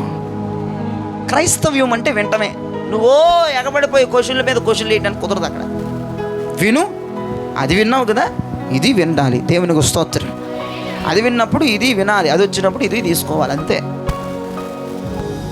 ఈ షడ్రకు మేషకు అబేద్నెగోలు ప్రాణములకు తెగించి రాజు చెప్పిన పని చేయలేదు. బైబిల్ ఉన్న భక్తులు ప్రాణం పోయినా పర్లేదు దేవుని మీద భయం కలిగి ఉన్నారు. స్తోత్రం చెప్పండి. నీకు దేవుని మీద భయం లేదు, నీకు ఇష్టం వచ్చినట్టు చేస్తున్నావు. మేనేజ్ చేయాలండి, చదువుకోవాలండి, లేకపోతే కుదరదండి, లేకపోతే కుదరదు పాస్టర్ గారు, మీకు తెలియదులే, మీరు వాక్యం అంటే చెప్తారు, లేకపోతే కుదరదు, మేము మేనేజ్లు చేయాలి. మేనేజ్ చెప్పేది గొడవలు అయిపోతాయి, మేనేజ్ చెప్పేది రోడ్లు ఎక్కుతాం. మేము భలే చెప్తారు వాక్యం. అక్కడ అట్టగా ఉందమ్మా, వాళ్ళు ఎవడూ మేనేజ్ చేయలేదమ్మా. మొర్దెకై వాచ్మెన్ డ్యూటీ చేస్తున్నప్పుడు మేనేజ్ చేయలేదమ్మా. నేను యూదుడను గనక నేను నీకు నమస్కారం పెట్టను. ఉద్యోగం పోయినా పర్లేదు కానీ మేము ఈ పనులు చేయకూడదని చెప్పాడు అక్కడ మొర్దెకై. పర్లేదు, మేము రోడ్లు ఎక్కినా పర్లేదు, మాకు తిండి తిప్పలు లేకపోయినా పర్లేదులే, కానీ బైబిల్లో ప్రాణాలే వదులుకోవడానికి సిద్ధమైపోయారు భక్తులు. మాకు చిన్న చితక వదులుకోవడానికి ఎంతసేపు? స్తోత్రం చెప్పండి గట్టిగా. ప్రాణాలు పోయినా పర్లేదు, దేవుని భయం కలిగి ఉన్నారు వాళ్ళు కడుపులో. మంత్రసానులు దేవుని భయం కలిగి ఉన్నందున వారి యొక్క వంశము అభివృద్ధి పొందింది ఐగుప్తంతా. షడ్రకు మేషకు అబేద్నెగోలు దేవుని భయం కలిగి ఉందన్నది. వారు అగ్ని కుండములకు వెళితే 4వ వ్యక్తిగా దేవతల రూపము కలిగిన వ్యక్తి దిగి వచ్చాడు. అక్కడ రాజు కొంగుదిని సింహాసనం నుంచి లెగిసి నుంచున్నాడు. ఆలోచించండి ఒకసారి. నీవు తెగించి చేసేవే అద్భుతాలు చేయబోతున్నాయి. స్తోత్రం చెప్పండి. దానియేలు దగ్గరికి మీకు ఇంత ప్లేట్ వచ్చింది. రాజు భోజనం అంటే ఎన్ని రకాలో బాబోయ్, ఇంత ప్లేటు. నువ్వైతే ఆడ బాక్సులు కూడా కట్టుకెళ్ళిపోతావు ఇక్కడ తినేసి. అమ్మో రాజుగారు పుట్టండి, అమ్మో అదేంటండి ప్రభు కనికరించేశాడండి, రోజు గంజి నీళ్ళు పోసుకొని తాగే నేను, పచ్చడి మెతుకులేసి తినేను, రాజుగారు పుట్టండి, అమ్మో ప్రభువానికి స్తోత్రం. నా ఆకలిని ఎరిగిన దేవా, రోజుకు ఒక్క కూర వండుకున్నటకే అర్హత లేని నా బ్రతుకులో 100 రకాల కూరలు ఇచ్చావు. స్తోత్రం. ఫ్రిడ్జ్లో పెట్టుకుని తిని సత్తావు. ప్లేట్ వచ్చింది, అది సంతోషం లేదు, గింతోషం లేదు. ఎక్కడి నుండి తెచ్చావు అనమని అడిగాడు. ఇది రాజుగారి భోజనం. ఎవరు చేశారో? పలానా చేసాం. ఎక్కడ పెట్టారు? ఏమైనా పెట్టారా? పెట్టి తీసుకొచ్చింది ఏంటండి? మా ఆయనకి ఇష్టమైన దేవతకు బలిచ్చుకొని తీసుకొచ్చుకున్నారు. అయితే మాకొద్దు, మాకొద్దు, నేను అపవిత్రం పరచబడాలని నాకు లేదు. మా యేసయ్య ఎవరుకోడు. అపవిత్రమైన భోజనం నేను తిన్నాడండి. అసలు చెప్పొచ్చు, నువ్వైతే ఎంత మెయింటైన్ చేస్తావు? నాన్ వెజ్ తినలేండి మేము. నువ్వు మేనేజర్లు చేసే బతుకు, నీకు మేనేజ్మెంట్ ఇవి పోస్ట్ ఇచ్చేయాలి. నీకు ఉన్నది ఉన్నట్టుగా మాట్లాడే పద్ధతి ఎవరికి లేదు. వాళ్ళు ఫీల్ అయిపోతారని మేము ఈరోజు నాన్ వెజ్ తినలేమండి. అది అక్కడ పెట్టావు కాబట్టి తినం మేము అనాలా అంట. అదే అన్నాడండి. ఆ భోజనం తిని నేను అపవిత్రపరచబడాలని అనుకోవట్లా, నాకు వద్దన్నాడు. నేను ఏంటంటే ఆకులు కూరగాయలు తింటానండి, మాకు వద్దులేనండి, మేము తినమంటే అట్ట మేనేజ్ చేయట్లా. నాకు వద్దయ్యా, ఆ ఫుడ్ తింటే నేను అపవిత్రుని అయిపోతాను, పరిశుద్ధతని ఇప్పుడు దాకా కాపాడుకుంటున్నాను. ఈ విషయం రాజుకు తెలిస్తే దానియేలు బతుకుతాడా? అది చూడండి, ప్రాణం పోయినా పర్లేదని దేవుని భయం కడుపులో ఉంటే ఉన్నట్టు బయటకు మాట్లాడేది. మాకు వద్దు, మేము తినం.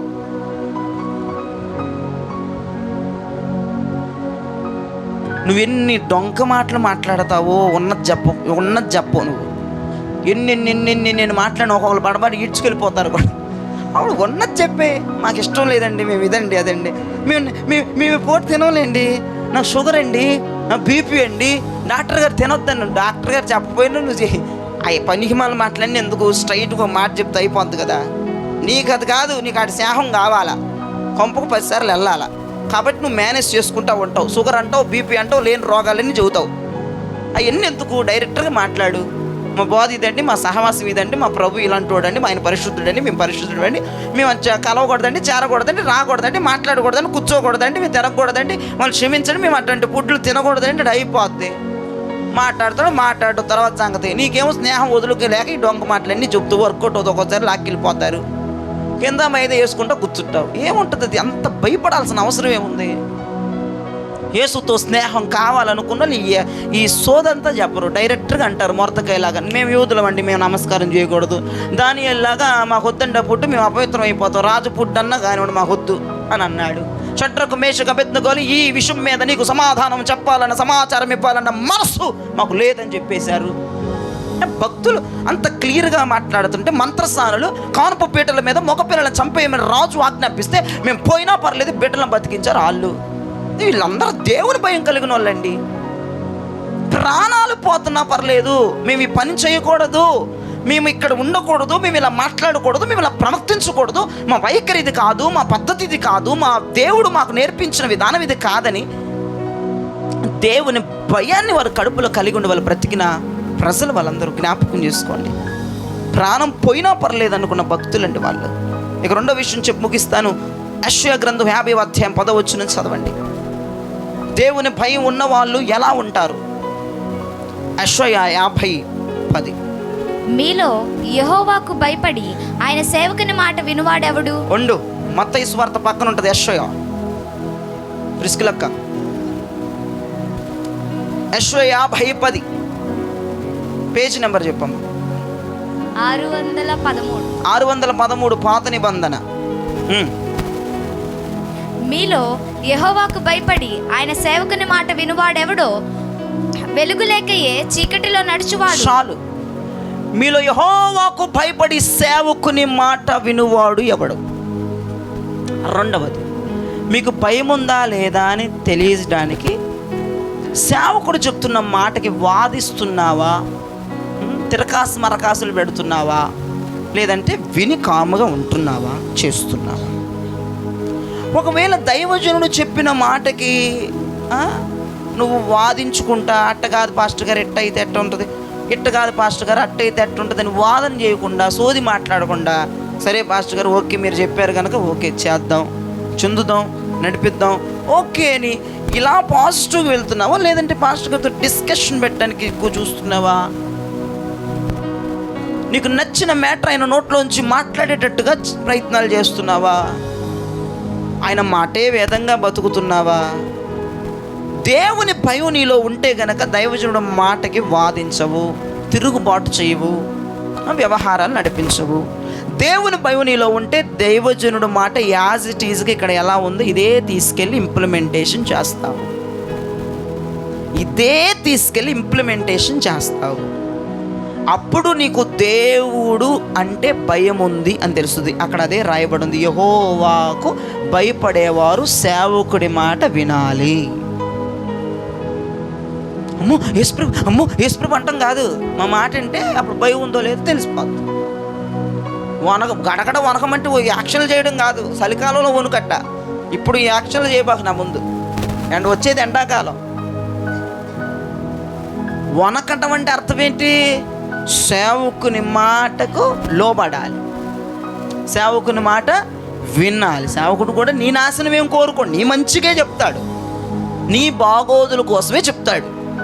నీవు దీవించబడాలి, ఆశీర్వదించబడాలనే చెప్తాడు. నేనైతే రూపాయి తీసుకోకుండా చెప్తాను, అర్థమైందా? రూపాయి ఇచ్చి చెప్పించుకునే వాళ్ళు ఉన్నారు ఈ రోజుల్లో. నిద్రపోతున్న వాళ్ళకి దేవునికి మహిమ కలుగును గాక.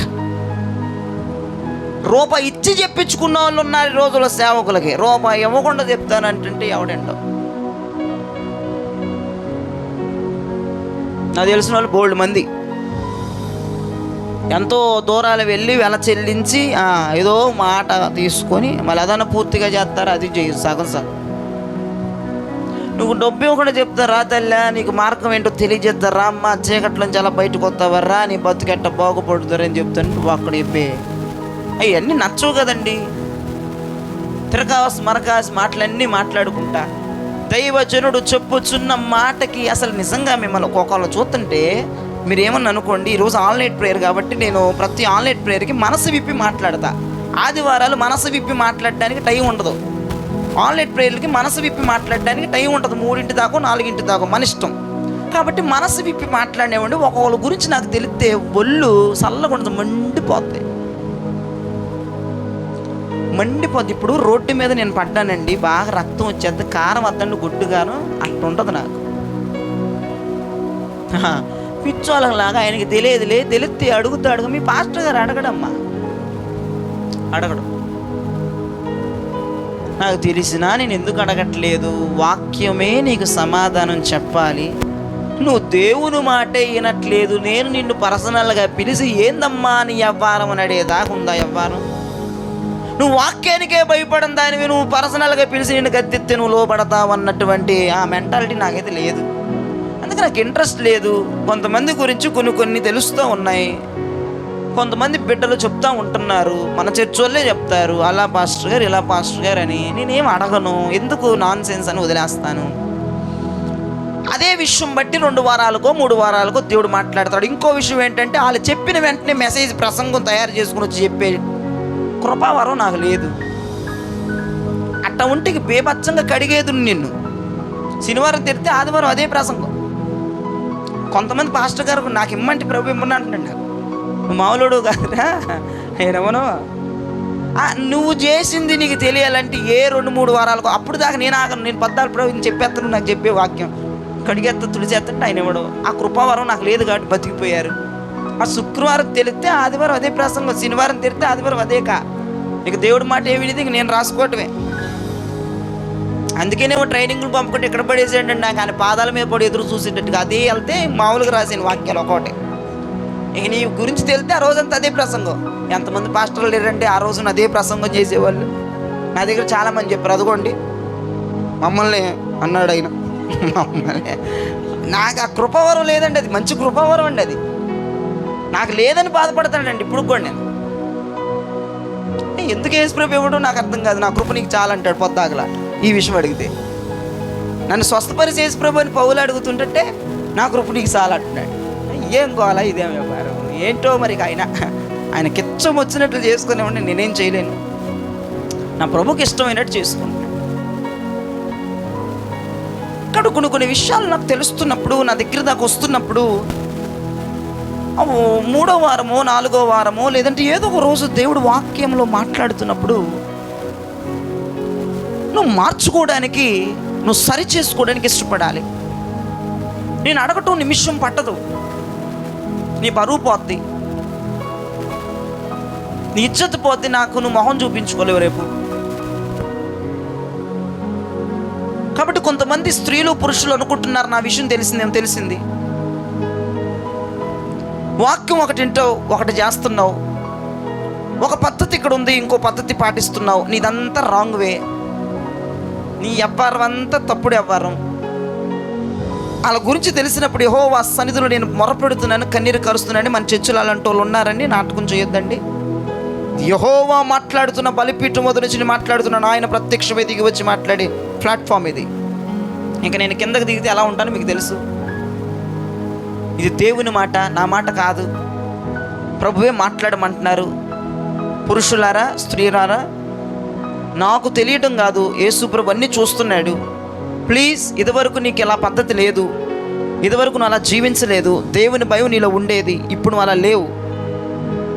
నీ గురించి నేను వింటున్న మాటలు చాలా భయంకరంగా ఉంటున్నాయి, వాక్యానికి విరుద్ధంగా ఉంటున్నాయి, సంఘం యొక్క క్రమాలకు వ్యతిరేకంగా ఉంటున్నాయి. ఇక నువ్వు ఇదే కంటిన్యూ చేస్తే ఇప్పటికే దేవుని కోపం చాలా మూట కట్టుకున్నావు, ఇంకా కట్టుకుంటావు. ఇంక నేనేం చేయలేను. డబ్బు ఎలాగైతే సంపాదించుకుంటున్నావో ఆయన కోపం కూడా అంతే సంపాదించుకుంటావు, నువ్వు నీ ఫ్యామిలీ అంతా కలిసి. మీ ఇష్టం, ఇక అయిపోయింది. నేను చెప్పడం వరకు చెప్పాను. మీరు బాగుండాలి, మీరు దీవించబడాలని నాకుండే నేను చెప్పాను. మీ ఇష్టం. దయచేసి వాక్యానికి తగ్గట్టుగా బ్రతకండి. మీలో భయం ఉందా లేదా అని ఎలా తెలుస్తుందంటే, దైవ సేవకుడి మాట మీరు వింటే మీలో భయం ఉంది అని అర్థం. నా మాట వినకుండా నేను ఇక్కడ ఒకటి చెప్తే తలకాయలు ఊపేసేసి మీ ఇష్టం వచ్చినట్లు మీరు చేసుకుంటే, నేను చెప్తున్నాను కదా నాన్న, ఒకసారి ఇక్కడ ప్రవచనం వచ్చింది. ఏమని ప్రవచనం వచ్చిందంటే, వింటున్న బోధ సక్రమంగానే ఉంది, ఉంటున్న దైవజుడు సక్రమంగానే ఉన్నాడు. నేను గుండెల మీద చేసుకొని చెప్తున్నాను నా ప్రార్థనా జీవితాన్ని గురించి. నా వ్యక్తిగతంగా మా ఫ్యామిలీని అడగండి, నేను ఇంట్లో ఎలా ఉంటాను. రీసెంట్గా స్టీఫెన్ మా ఇంట్లోనే ఉంటున్నాడు ఎక్కువ శాతం, ఎందుకంటే వీడియోస్ చేస్తున్నారు. ఆ పిల్లోడిని అడగండి.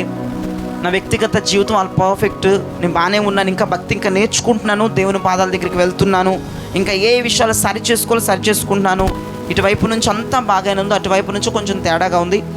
ఆ తేడా విషయాలన్నీ సరి చేసుకోండి, క్రమంలో పెట్టుకోండి. చాలా జాగ్రత్తగా వినండి. నాకు ఇప్పుడు తెలిసింది, దేవునికి ఎప్పుడో తెలుసు. ఆయనకు తెలుసు కూడా ఎందుకు మౌనంగా ఉన్నాడు. నువ్వు ఆటలాడుతున్నావు, ఆటలాడొద్దు. భయం కడుపులో ఉండాలి. ఆయనకి ఎంత చెందాలో అంత చెందాలి. ఇక్కడ ప్రవచనం రిలీజ్ అయింది. నీ మీదకి ఏమన్నా శాపం వస్తే, నీ మీదకి దేవుని ఉగ్రత వస్తే, దయచేసి కుటుంబమా మీ చేతులు జోడించి చెప్తున్నాను, మేము చేసిన తప్పు వల్ల ఇలా అయిందని చెప్పుకోండి అని ఇక్కడ దేవుడు మాట్లాడాడు. ఆ నింద సంఘం మీదకి రానివ్వద్దని, ఆ నింద దైవజనుడి మీదకి రానివ్వద్దని ప్రభు చెప్పారు. ఎంతమంది విన్నారు ఈ మాట? ఇక్కడ ప్రభు స్టేజ్ మీద మాట్లాడారు. ఒకవేళ మీ నాశనానికి కారణం మీరు చేసే తప్పులేని సమాజానికి చెప్పుకోమన్నారు. విన్నారు? Okay, thank you. ఏమంటారు తెలుసా ప్రజలు? మీరు వెళ్ళే చర్చి, మీరు వెళ్ళే పాస్టర్ గారు, మీరు వినే వాక్యాలు, పాస్టర్ గారు ప్రార్థన ఏం చేయలేదా? ఇట్టెందుకు జరిగిందంట, అట్టెందుకు జరిగిందంట అంటే నోరు తెరిచి నేను చేసిన వల్లే జరిగిందని చెప్పుకోమన్నాడు యేసు ప్రభు. ఎందుకంటే మీరు వినట్లేదు. ఇంకా మీరు వినట్లేదు కాబట్టి ఆయన కోపం వచ్చింది. దయచేసి మళ్ళీ చెప్తున్నాను, దైవజనుడిని ఎవరన్నా మీ ఇంట్లో జరిగేటువంటి నాశనానికి, ఇప్పుడే నేను చెప్తున్నాను, నోట్ చేసుకోండి. మీకు ఇలా జరగకూడదని నేను కోరుకుంటున్నాను. ఒకవేళ మీరు మాట వినకుండా మీ పనులు మీరు ఇంకా ఇలానే చేసుకుంటూ వెళ్తే, ఒకవేళ దేవుని కోపం రగులుకొని నీ మీదకో నీ కుటుంబం మీదకో వస్తే, ఆ ప్లేస్లో ఎవరిని కూడా దైవజనుడిని అననివ్వద్దు, సంఘాన్ని అననివ్వద్దు, దేవుని మీద మాట పడనివ్వద్దు. నేను చేసుకున్న దానికి నేనే పడ్డాను అని చెప్పండి. That's all. అంటారు జనం, అంటారు లోకస్తులు, వాళ్ళ మాటే అంత. మీకు తెలియదా? మీరు వెళ్ళే చర్చికి తెలియదా? మీ మాస్టర్ గారికి తెలియదా? ఇట్టెందుకు జరిగిందంట? నాకు తెలుసు మీకు ఇట్ట జరిగింది. నేను చెప్పింది ఎన్నవే. నిందంతా దేవుని మీద వేసేయడం, నిందంతా దైవజనుడి మీద వేసాడు, నిందంతా చర్చి మీద వేసేయడం. మీకేమీ తెలియదు, మీకైనా వచ్చేసి శాపం పడిపోయింది. మీరంతా బాగానే ఉన్నారు, శాపం వచ్చి పడిపోయింది అన్నట్టుగా సమాజం గుర్తిస్తుంది. నిజంగా ప్రవచనం ఇక్కడ రిలీజ్ అయిన తర్వాత నేను చాలా బాధపడ్డాను. ఎందుకని దేవుడు అంత తీవ్రంగా ఇక్కడ ప్రవచనాన్ని విడుదల చేశారంటే, మీరు వినట్లేదు. ఇక దేవుని కోపం రగులుకోబోతుంది, జరిగేదేదో జరిగిపోబోతుంది. దయచేసి సంఘం మీద, దైవజనుడి మీద, దేవుని మీద నింద రాకుండా, ఎవరెవరైతే నీ కళ్ళ ముందుకు వచ్చి ఎవరెవరైతే నీ కొలిక్స్తో మాట్లాడుతూ ఉంటారో ఆ మాటల్లో నేనే అని చెప్పమని చెప్పాడు. అలాంటి పరిస్థితి రావద్దు అంటే దయచేసి దేవుడు కడుపు రగిలిపోయి ప్రవచనాన్ని విడుదల చేశాడు ఆ రోజు.